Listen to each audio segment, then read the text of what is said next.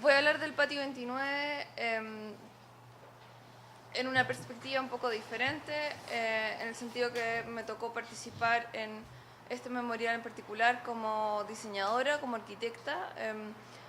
Fui parte de un equipo grande de 4 arquitectos, un historiador, un diseñador y un sociólogo. La mayoría éramos todos estudiantes todavía, que participamos en un concurso del Consejo de Monumentos Nacionales, donde trabajaba Cristian en esa época, para hacer un memorial en el Patio 29. El Patio 29 se había declarado monumento histórico el 2006 y este concurso se abrió el 2008. Solo para tener alguna idea del contexto como geográfico o de al menos la densidad de los memoriales más importantes. Esto es un mapa hecho un poco a la rápida del Museo de la Memoria y otros lugares de memoria en Santiago, y donde está ubicado el Patio 29. Solo puse el Estadio Nacional porque como sabía que íbamos a ir hoy en la tarde, es como para que tenga una idea geográfica en la distancia que está. Nosotros estamos, aquí está el norte-sur, por aquí. Y Londres 78, que también vamos a visitar. Entonces, el cementerio general que visitamos ayer está en el lado norte del río Mapocho. Este es el río, esta línea, ese surco que se ve ahí. Como les decía entonces, los tiempos son, el concurso es el 2008, 2 años después de la declaratoria. El argumento de hacer un concurso es que había que poner en valor de alguna manera este lugar, que era difícil de distinguir y tenía muy poca información para los visitantes, y era muy difícil en el fondo entender qué había pasado en este lugar sin una puesta en valor y sin una forma, una materialidad que lo destacara. Yo diría que además, revisando las bases del concurso, era un concurso que estaba orientado no necesariamente a hacer un memorial tan espacial como el que ven, sino que más bien está pensado en una placa, escultura, una cosa más bien puntual. También por la cantidad de fondos que había estipulada inicialmente para el proyecto, que era muy reducido, y parte de los desafíos de tanto dentro del mismo concurso, en que los distintos concursantes nos reunimos, hicimos un seminario para exigir más fondos al Consejo de Monumentos Nacionales, que en realidad tenía que pedirlos con la Dirección de Bibliotecas, Archivos y Museos, y que eso fue un proceso, yo creo que de memoria bastante interesante, en que los participantes del concurso no solo no competíamos, sino que nos apoyamos, nos entregamos información, nos juntamos para exigir que se estipulara más fondos. El Consejo de Monumentos Nacionales apoyó esta idea, la presentó frente a la DIVAM, la Dirección de Bibliotecas, Archivos y Museos, y finalmente se duplicó y finalmente se triplicó el monto asignado para hacer esta obra, lo que permitió que nosotros, con esta presentación, que era más bien una obra de arquitectura, pudiese ser construida con este monto. Entonces está en el Cementerio General de Santiago. Cristian podría hablar mucho más de esto, pero es interesante porque está en el cementerio más importante de nuestra ciudad, el primer cementerio público que existe, y además la zona sur del cementerio también es monumento histórico, un área bastante grande que no comprende el Patio 29, pero de alguna manera es su vecino.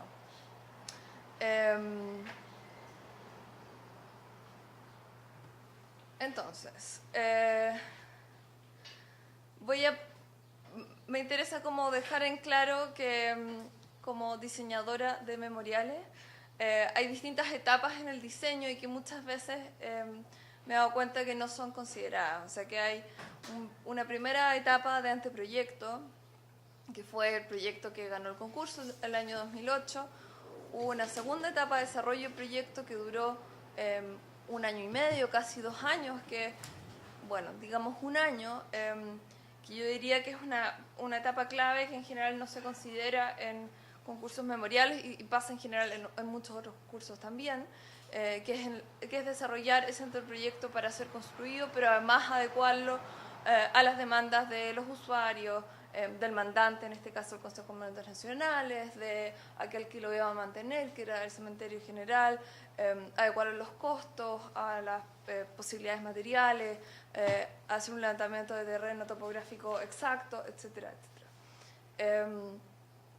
Y luego la construcción misma del proyecto, que bueno, todo arquitecto sabe que es muy importante estar ahí presente y también considerarla como una parte importante en que se crean decisiones formales que van a afectar el resultado final.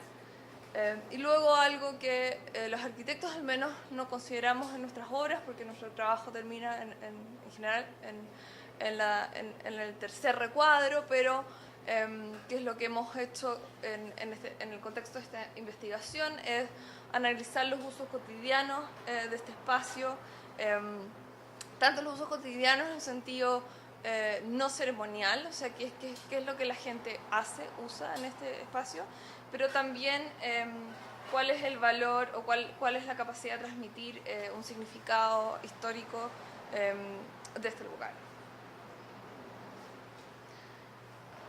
El proyecto se construye a partir de una serie de diagnósticos y luego el diseño responde de manera bastante directa a cada uno de estos diagnósticos, así que voy a ir explicando cada diagnóstico y luego las estrategias.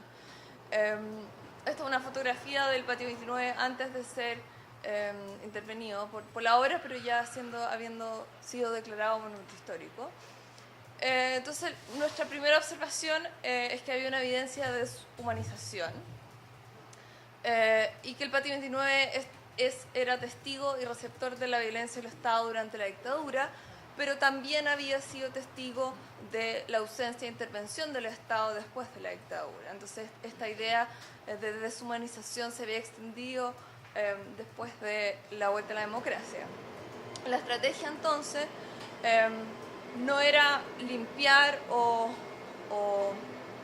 amenizar esta deshumanización, sino más bien resguardar la evidencia de que esto había sucedido. El segundo diagnóstico es su marginación espacial dentro del cementerio general. El cementerio, creo, me puedo equivocar, pero es de unas 80 y tantas hectáreas, es un predio muy, muy grande, tiene 3 accesos principales. Este es el acceso norte, que es el principal y más ceremonial. El acceso oriente, bueno, hay 2, aquí y aquí, por el que entramos ayer, y hay uno de servicio al lado poniente por aquí, pero en el fondo el único lado que no tiene ningún acceso es el lado norte, donde está el Patio 29. Entonces el Patio 29 está en el patio trasero, por así decirlo, de este cementerio.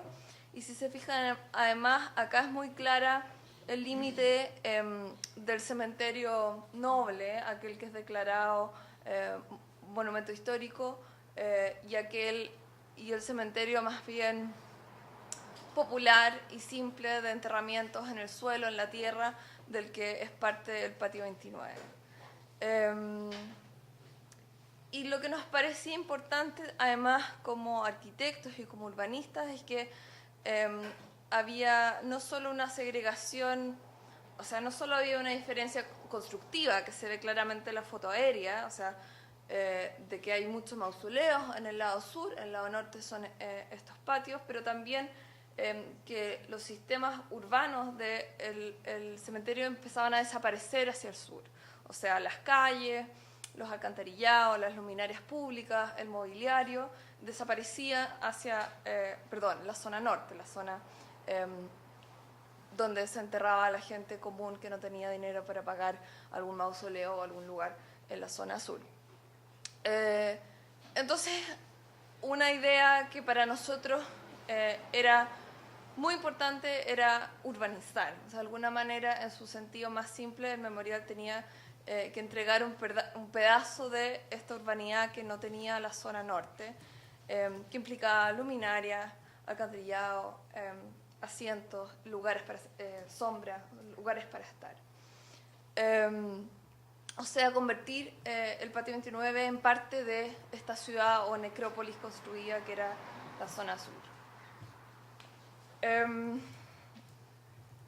el tercer diagnóstico que es clave es que era un caso judicial abierto. Hablamos de eso bastante con Carolina ayer, pero que en el fondo por muchas razones del proceso judicial, de identificar los cuerpos que habían sido ilegalmente enterrados como NN en el patio 29,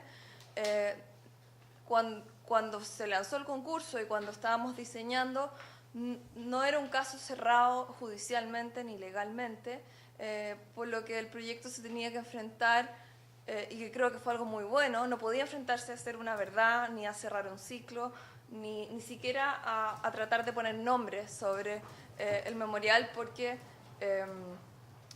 había habido una mala identificación por parte del Estado chileno de los restos que se habían encontrado, que luego el primer gobierno de Bachelet se mandaron a reidentificar y la mayoría de esos estaban mal identificados. Entonces, de alguna manera, este memorial simbolizaba a víctimas de la dictadura, pero sin tener la identidad clara de aquellas, pero con el potencial de muchas familias que pensaban que sus deudos estaban o habían estado aquí. Entonces nos parecía que era clave no intervenir el patio 29 propiamente tal, porque en realidad nos parecía más bien un sitio arqueológico, un sitio que tenía que ser excavado o analizado en términos judiciales, y que la obra de arquitectura tenía que concentrarse en sus bordes para no afectar esa condición.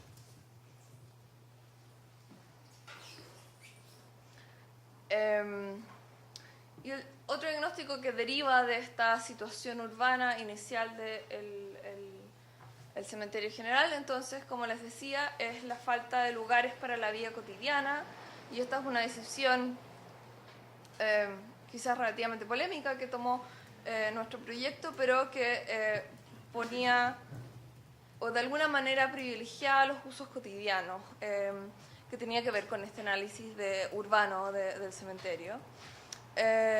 Entonces, el lado sur del cementerio presenta una infraestructura y equipamiento para la reflexión y permanencia de notable calidad, y la calidad de espacios colectivos del norte contrasta por su pobre construcción. Entonces, la estrategia es aportar como mobiliario para estar y contemplar el patio 29.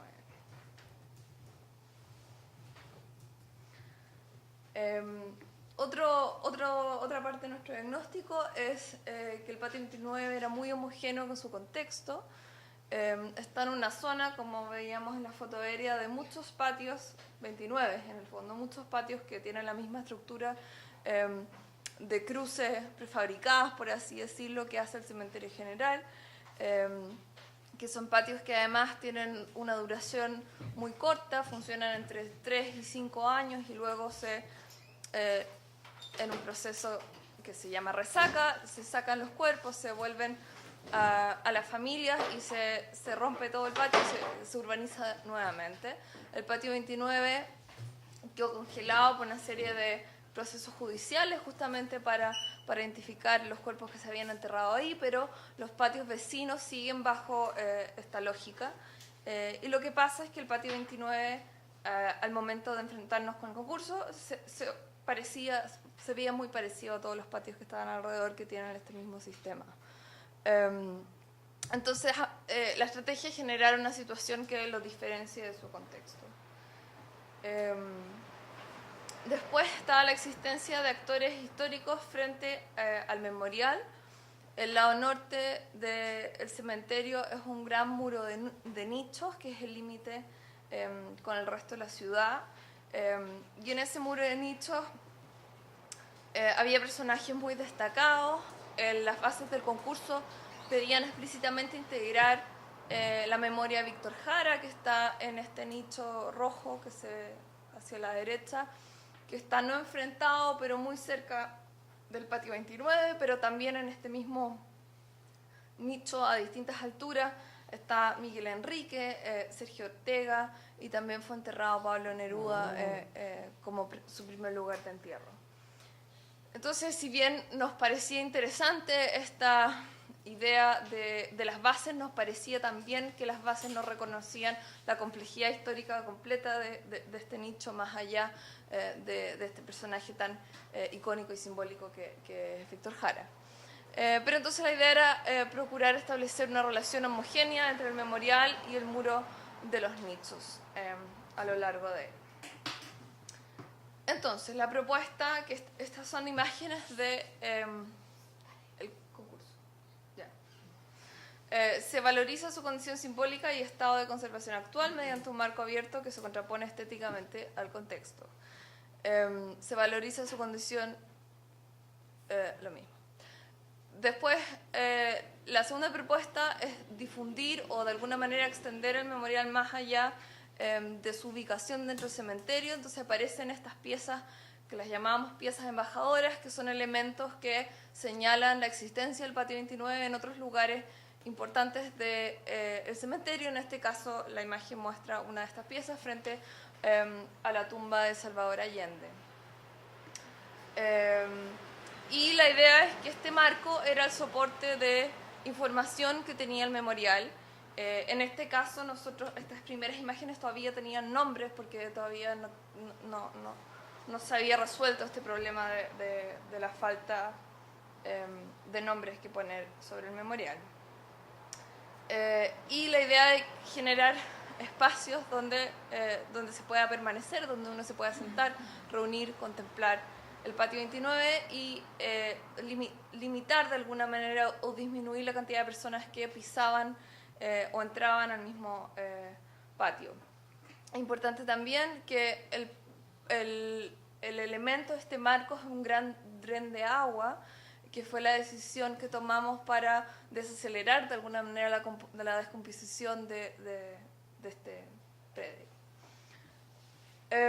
Y frente a donde está el nicho de Víctor Jara, el memorial se convirtió en una especie de plaza de la música con elementos sonoros que inicialmente la idea era que fuesen esculturas de León Ferrari, con el que llegamos hasta cierto proceso de diseño, pero luego no pudimos seguir, pero esa era la idea.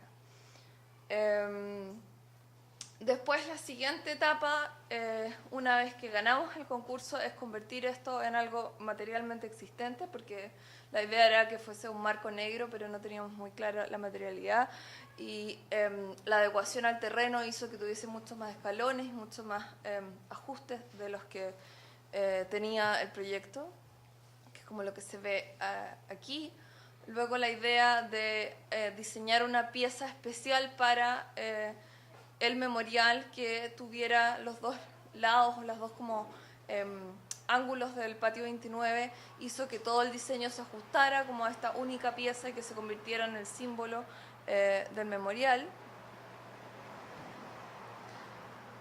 Y llegamos a esta siguiente imagen, que ya son las imágenes como de la propuesta desarrollada para la construcción. Voy rápido. Y al diseñar esta pieza especial para el memorial, que solo está compuesto de esta pieza, también resolvimos la manera de hacer esta pieza embajadora que se ponía en otras partes del cementerio. Hicimos muchos prototipos de la terminación de esta pieza. Finalmente queríamos lograr un efecto de un mar relativamente calmo para hacer referencia a otro gran lugar de enterramiento o en el fondo de cuerpos de detenidos desaparecidos, que es el mar. Hicimos muchos prototipos 3D de esta terminación hasta llegar a esta que fue la que hicimos. Y luego hicimos muchos prototipos también de la pieza en sí para asegurarnos de la calidad, el color, el brillo, etc. A modo de conclusión, solo quería decir, hay una forma muy tradicional, clásica, de estudiar o de analizar arquitectura, que es respecto a estos tres conceptos: la forma, la materia y el uso, que están los manuales en el Vitruvio, los manuales más clásicos de arquitectura, y luego se agrega la cuarta dimensión, que es el lugar, y que creo que es clave para pensar en el contexto de los memoriales. de cómo es que un cierto diseño puede ayudar a crear un cierto lugar. Que en este caso el Patio 29 era clave porque era un lugar que no podía ser usado como lugar, no podía ser practicado si es que no había una obra o una intervención que lo señalara. Y creo que en este proceso de diseño del memorial esta fue la clave más importante que nosotros tuvimos. O sea, de alguna manera nuestro énfasis estuvo en el lugar, en crear un lugar y en los usos. Y bajo nuestra experiencia también habríamos que agregar a esta cuaterna de dimensiones al momento de analizar un memorial, que también hay una dimensión política que afecta la forma de manera muy significativa y que nosotros vivimos en el proceso de diseño, que fue muy consensuado con actores políticos, agrupaciones de derechos humanos, el Consejo de Monumentos Nacionales, el cementerio, etcétera. Pero que en el fondo al analizar esta forma yo creo que hay productos formales muy explícitos de decisiones políticas.